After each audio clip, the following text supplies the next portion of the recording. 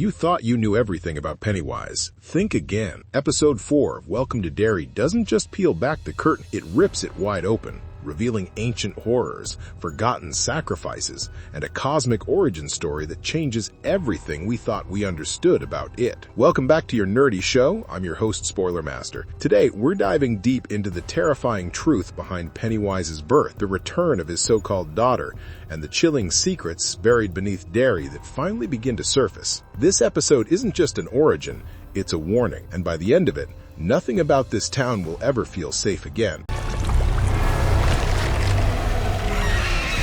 Why Pennywise can't leave Derry. Pennywise still hasn't appeared in physical form in It Welcome to Derry, but Episode 4 delivers the biggest and chilling mythology expansion the franchise has seen in decades. Instead of relying on jump scares or the familiar clown imagery, the show rewinds time and peels back the layers surrounding the creature's arrival, its cosmic origins, and the long-buried truth that explains why it is bound to the borders of Derry. These revelations fundamentally shift how we understand the entity across the novel, the films, and now the television continuity. The series builds on connections that were first hinted at in It Chapter 2, when Mike showed Bill the Shokopiwah tribe's ritualistic visions tied to the origins of the being that would later take the form of Pennywise. Those sequences were brief, surreal flashes, but Welcome to Derry takes that seed and expands it into a fully realized historical narrative. Through the psychic probing of Taniel's memories by Hallorann, we finally witness the tribe's earlier encounters with the creature they called the Galloo, and the ancient struggle that shaped the town's fate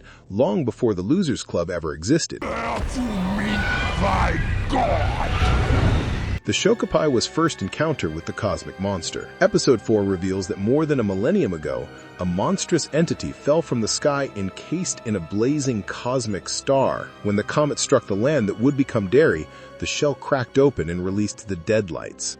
Its true form. The Shokopiwah quickly learned two terrifying truths. The entity was beyond comprehension, and fragments of the fallen star were the only things it feared. These glowing shards pulsed with energy and seemed capable of harming the creature. For centuries, the tribe managed an uneasy coexistence by avoiding the western woods, the area the Galloo claimed as its hunting territory. As long as they respected this boundary, they remained safe. This fragile balance lasted until settlers arrived and refused to heed the tribe's warnings, triggering a catastrophic shift in the creature's behavior and unleashing a cycle of violence that would plague Derry forever.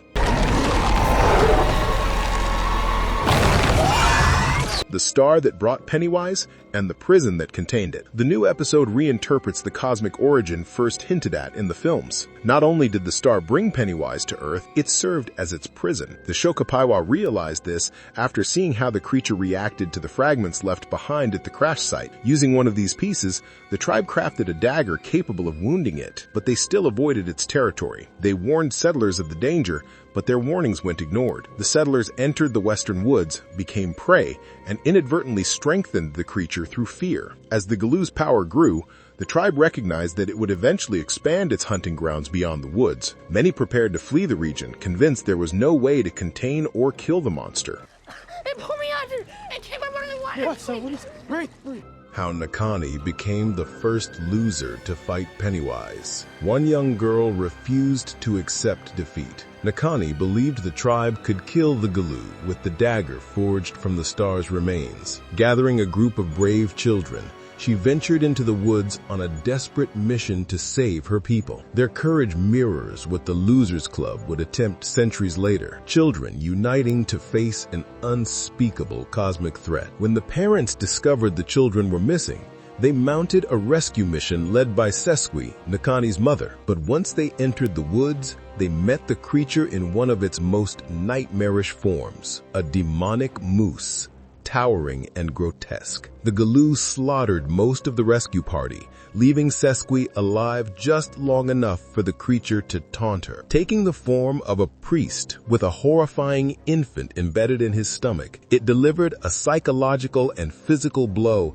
that remains one of the most unsettling sequences the show has depicted. Nakani arrived too late to save her mother, but witnessing this tragedy only strengthened her resolve. What happened? The 13 Pillars, Derry's real border revealed. Determined to protect future generations, Nakani and her friends returned to the crash site and collected 13 shards of the fallen star. They buried each shard in a circle around the western woods, marking every site with fire. These shard sites became pillars, forming a supernatural boundary that trapped the Galloo inside its hunting ground. As long as the pillars remained intact, the creature was unable to cross the invisible barrier. The show strongly implies that these pillars align with the modern borders of Derry. Although the episode refrains from directly overlaying a map, the overhead shot of the barrier circle makes the implication extremely clear. Pennywise isn't anchored to Derry because he wants to be. He is chained there by ancient magic created by the Shokopiwah's children. And now that the U.S. Army is searching for these pillars, the stability of that containment is in jeopardy. Why the Army wants Pennywise and how it might doom the town. Episode 4 also expands the military storyline. Operation Precept believes Pennywise could be the ultimate Cold War weapon against Russia. Their abduction of Taniel and the use of Hallorann to probe his memories reveal just how desperate they are for information. Their discovery of the pillars sets up a dangerous possibility. If they tamper with the ancient boundary, they could unintentionally unleash a more powerful Pennywise than the one seen in the films. This subplot adds a new layer of tension. If the Army dismantles the pillars before the events of the 80s, it could explain why Pennywise behaves differently between the film timelines and the show's historical setting. The moment those pillars fall, the clown would no longer be restricted to the circle that has held it for centuries. Book versus show. Can Pennywise actually leave Derry? In Stephen King's novel, there is no mention of cosmic shards or mystical pillars. Pennywise isn't trapped in Derry. He simply chooses not to leave because the town offers abundant fear to feed on. The book even hints that it has influenced or manifested outside Derry before. The case of Richard Macklin, who was found dead after seeing an apparitional form of his son Eddie in Falmouth, is one such example. Stan Uris's death and Henry Bowers' escape from Juniper Hill also suggest influence beyond town limits. These moments paint it as a limitless, reality-warping entity with no geographical constraints. The show takes a different approach, grounding Pennywise's location through an ancient containment spell. It shifts the creature from an omnipresent cosmic predator to a being with boundaries, which fundamentally changes how audiences interpret its power. Does explaining Pennywise make him less terrifying? This new mythology raises an important thematic question. Is Pennywise scarier when he has no limitations or when he is bound to a specific place by cosmic forces? Many fans argue that giving him boundaries diminishes the horror. The original concept presented it as fear incarnate, an unknowable shape-shifting nightmare that transcends human understanding. Explaining it, categorizing it, or outlining rules for how it can be harmed shifts the tone from cosmic horror to creature feature. Others argue the opposite. By revealing how ancient civilizations encountered and contained the creature, the show deepens the mythology and adds a sense of tragic history to Derry. It positions the town itself as a battlefield between cosmic evil and human resistance. Made from still held power.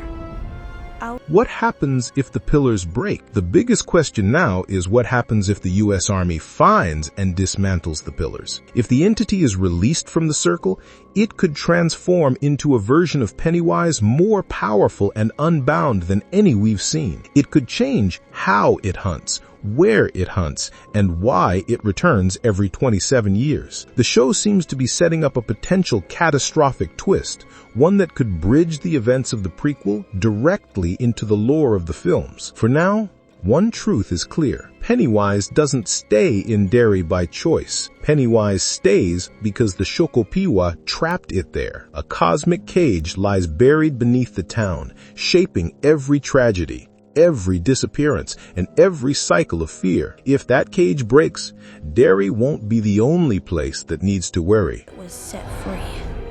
It roamed the woods for many Our nerdy thoughts. And that wraps up everything you missed, overlooked, or didn't even realize you should be terrified about in episode 4 of Welcome to Derry. Pennywise's origins are darker than ever. The mysteries of Derry are only getting deeper, and with the return of his so-called daughter, the entire story is spiraling into a nightmare we're only beginning to understand. If this episode proved anything, it's that the real horror isn't Pennywise himself. It's the ancient force beneath the town that keeps feeding him. Until next time, this is Spoiler Master signing off, and remember, in Derry, nothing ever really stays dead.